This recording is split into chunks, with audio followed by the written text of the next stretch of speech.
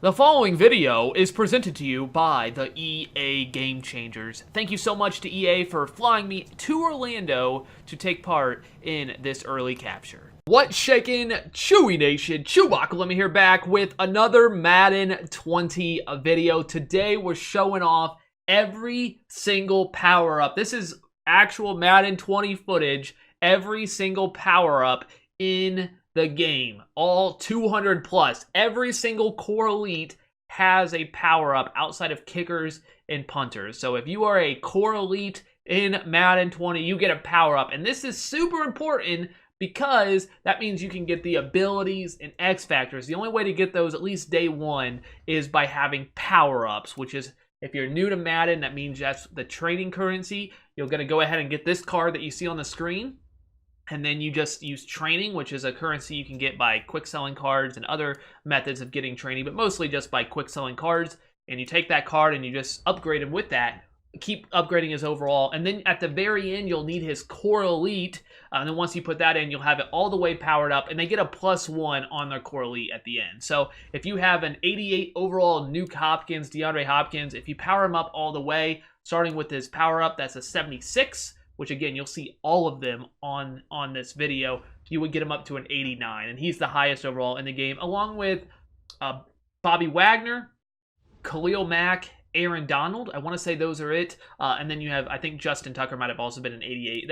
Is Brady there? There's 4 or 5 guys that are right at the top at the, and then when you power him up, obviously Tucker doesn't have a power up. You can get him to an 89 overall on those power-ups. So you go ahead and power them up all the way, and then you can also get abilities and X factors. And those X factors, personally, I don't think too crazy about them. Some of them are kind of cool, some are useful. All of them are kind of useful, but I don't personally think they're too great overall. But it's really those passive abilities that really are going to stand out. So power-ups are definitely going to be important. That's where you're going to get your conductor and your gunslingers for your quarterbacks and those abilities. And then on, you're going to get your defense, you're going to get your shutdown corners and your edge elite pass rushers and all these different abilities that are really what, if you played the beta, are really what made these superstars, besides just the overalls being so big, but also those abilities really help them stand out from the rest of the crowd. So definitely power-ups are going to be something that you want to invest in if you're going to try to make, a good team in MUT. So just a heads up, that's going to be something to think about. But yeah, we have over 200 power-ups in here. I want to say there's like 207, 208, somewhere in that number of power-ups day one with just core, because that's how many core elites we have, minus kickers and punters. So we have a little bit more, but we have over 200, by we I mean in the game, over 200 power-ups in the game for every single core elite. Of course, this means that people are going to get robbed. Players are going to get robbed from getting that core elite power up, like your Baker Mayfields. If you're looking for him, he's not here. He's a 79. If you're looking for a Deshaun Watson, me, a Texans fan, looking for the Aaron Rodgers, only a 71. I mean, his power up, he's only an 80. I think his core elite's an 83. Ooh, I know a lot of people may not like that. Some people didn't have the best year, maybe. I don't know. It depends on where. I'm very, very divisive on that. But you need these power-ups to be able to get those abilities. So Baker Mayfield, Deshaun Watson, Carson Wentz, a lot of players, Xavier Howard, did not quite make the elite category, so therefore they don't have power-ups day one.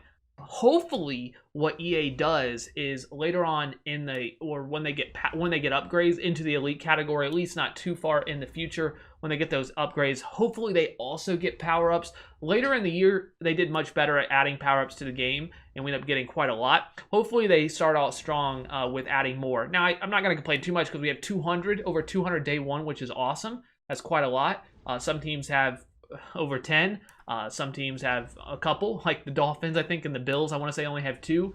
So there's a few teams, which we'll show at the end, the breakdown for every team if you're keeping track. So, or you're not keeping track, I guess I should say. So we have that at the end, but we have every single power up, and there's going to be players that are going to be, unfortunately just missed the cut. And I think there's going to be a lot of complaints to be had there. But I think overall, if we just step back and we look at They did it for every single core elite over 200. I'm not gonna, complain too much about Deshaun Watson being a 79 or Baker Mayfield, though I think that he probably should have been an elite above even Watson. But he had a great rookie season. I think he probably makes the case for an 80. If Cam Newton's an 80, I definitely think Baker Mayfield should be an 81. Like, he should be up there.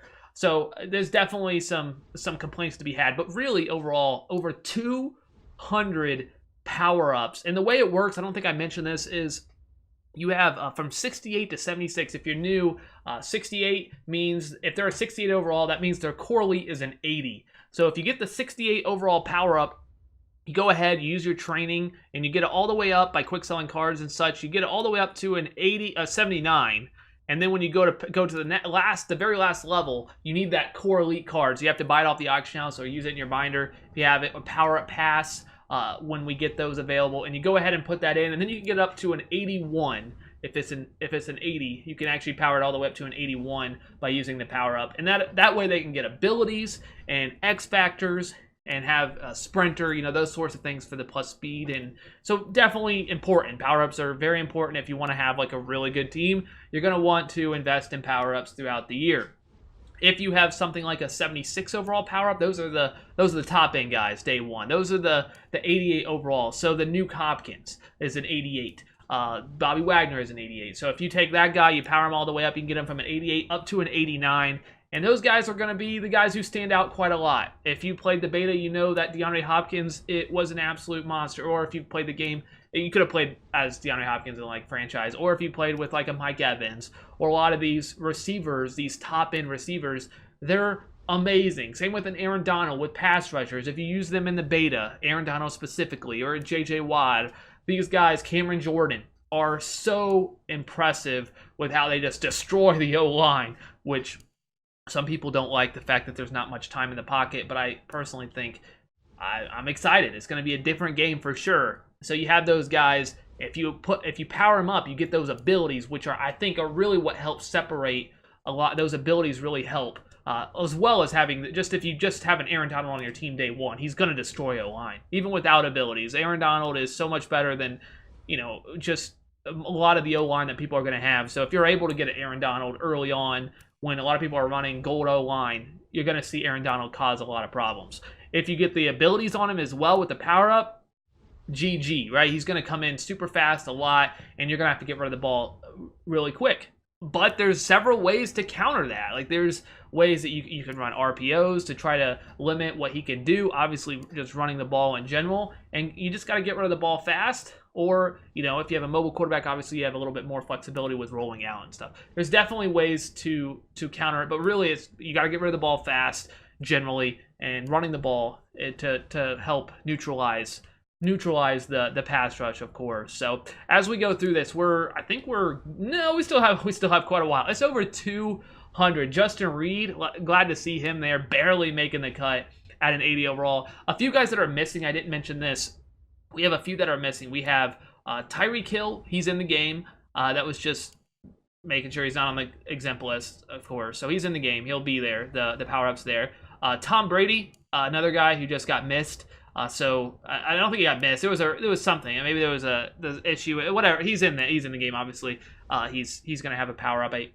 He's there, and maybe one or two that got missed that they caught. But I think pretty much everybody else is here. I think it's just those two. But just a little FYI, this was not quite the final build. Also, I didn't see it. He might have already popped up, but I think Ryan Kerrigan is a 81. It was supposed to be a 71. So these power-ups go from a 68 overall to a 76. So if you've seen Kerrigan pop up and it said 81 overall, is actually a 71. I believe it should be a 71 instead of an 81. Just a small mistake there, but we caught it, so it's fixed. And whenever you get the earlier builds, Nuke Hopkins, there he is. Whenever you get the earlier builds, there's a chance that those types of things can slip through the cracks. But we see Kelsey, we see Ertz. Obviously, Kelsey he's the best tight end in the game. Not obviously, but he is the best tight end in the game.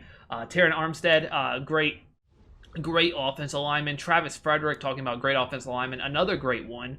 Kawan Short, 70 overall, which means he's an 82 core elite. You can get him up to an 83. Darius Slay Jr., big play Slay. Obviously, a lot of people like him. Kyle Juszczyk, Juice, believe he is the number 1 fullback. I think he's the only, is Sherman as well. I think there's only like 2 fullbacks that have power-ups. He's one of them. So if you're looking for a full-on power-up lineup, you're going to have to pick both of them, I think, to be able to make your whole lineup. Also, something I wanted to mention, I think I'll show this in my complete power-up lineup, but if you want to have Sprinter maxed out day 1, you have to have a power-up at every single position. So just keep that in mind. If you want to be crazy and just get Sprinter, I mean it's 50, right? So you have to have every, because I don't think there's any ×2s available yet. Yeah, there's not, because we only go up to an 88, 89. So if you want Sprinter completely maxed out, you need to put Sprinter on every single player in your lineup, and they all have to have power-ups. Most people will not do that, obviously, because that's going to be ridiculously expensive. But it's going to be a while before Sprinter, if he is in the game, like really in the game. One thing I did want to mention right there is Antonio Brown, 75 overall, which means he's the number 2 wide receiver in MUT. If you didn't know, he's an 87. Hopkins is an 88. Julio and Odell are an 86. I thought that was very interesting that they put Antonio Brown ahead of the likes of those 2, Odell, and here's Julio, only a 74. So he maxes out at powered up in an 87. Antonio's an 88. I know it's little small things, but I thought that was interesting to see Antonio as the number 2 wide receiver and not someone like a JJ there. Obviously is a beast, but not to see Julio there. I think a lot of people were thinking that Julio probably should be the number 1 wide receiver in the game, or at least right there with Hopkins, and you got him now just even a couple shy. You see Von Miller there, one of the best pass rushers in the game day 1. Richard Sherman, one of the top, I think he's the number 2 corner in the game. So if you like a Richard Sherman, and this speed doesn't seem to be overly important day 1. Obviously, if you have a plus 15 speed, it's probably going to be pretty big. But if you like Richard Sherman, or you just want a top end corner, Richard Sherman actually is quite good. He is the number 2 corner in the game, only behind Jalen Ramsey. I want to say like Byron Jones is up there as well. There's a few guys, but there's not really a lot of top end corners. Chris Harris Jr. I think it's 88, or not 88, 86 for Ramsey, and then 85 or 87 for Ramsey right there. So there's not, and then you have Sherman, who's an 86. So you really don't have too many top end corners. T.Y. Hilton there, Texan killer, and that's all of them. Every single one of the power-ups in the game shown in 20. There is it, and we're gonna actually sort by team here to show the power-up. There's not 246. It's just a little bit. I have a lot of power-up passes in my lineup. There's a Kerrigan. It says 81. He's not actually an 81, but you see it here. The Bills only have 2. The Patriots actually have 12, I believe, because Brady, I think, was missing at this point. That again, plus or minus 1. You know, these could be off by a little, but my Texans got 5. The Rams have a ton. A lot of the the top end teams. Ravens have 10. So if you're looking for theme teams, at least day 1, Cowboys have 10. There's a lot of these that have a lot of options. Again, you really only need 3 on offense, 3 on defense for abilities, because you could only have 6 total, 3 on offense, 3 on defense for abilities and X Factor. So you don't need power-ups at every position and get because you can't use abilities at every position. But that is something to think about if you're running a theme team. Some of these other teams, like the Bills and the the Dolphins and some of these other teams, even the Texans for that matter, it's probably pretty good because they got pass rushers, but they're not going to be that good. All right, day 1. Let's just be honest, because they don't have the top end players. The other theme teams are going to be a lot better because they have those power-up options. But there it is. That's all the power-ups in the game shown in Madden 20. I hope you guys did enjoy this video. Thank you guys so much for watching. You guys are great. That's all I got. ChewbaccaLemma out.